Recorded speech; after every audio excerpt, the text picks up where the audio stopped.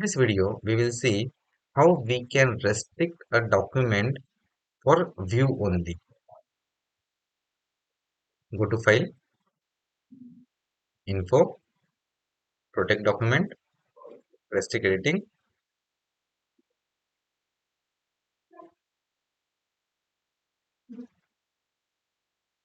Click on this Editing Restrictions. Click on No Changes. Start Enforcement. Yes. Put a password. This password will be required to remove the restriction. Okay. Close this box. Now you cannot edit this document. You cannot do any changes in document.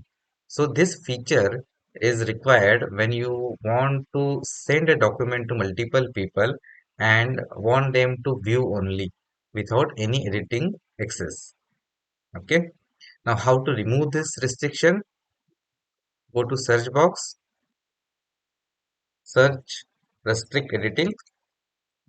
You can see this tool.